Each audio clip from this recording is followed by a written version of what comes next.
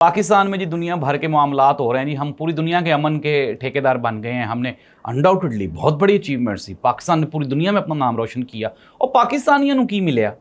पाकिस्तानियों को मिला दुनिया भर में सबसे महंगा पेट्रोल। रिकॉर्ड पेट्रोल की कीमत में इजाफा किया गया। मैंने आपको बताया था ये 400 से ऊपर लेके जाएंगे, 350 तक ये सेट कर देंगे। कर दिया उन्होंने 450 रुपए सेट।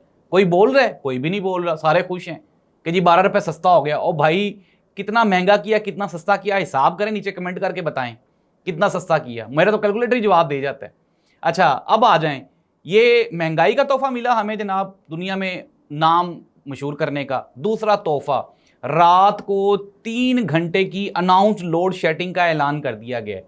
8 बजे मार्केटां बंद, 7 बजे लाइट बंद, और आपकी मैं कहना नहीं चाहता 10 बजे आपकी बंद, हर चीज़ बंद।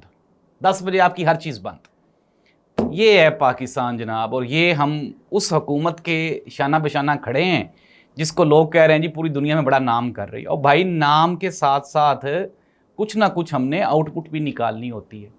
अगर कोई मुआशी हालात बेहतर हुए हैं, इशारिये बेहतर हुए हैं तो बताएं। और सऊदी अरब है, उसने कहा जी 5 अरब रुपया दूंगा, लेकिन दूंगा उधार ही।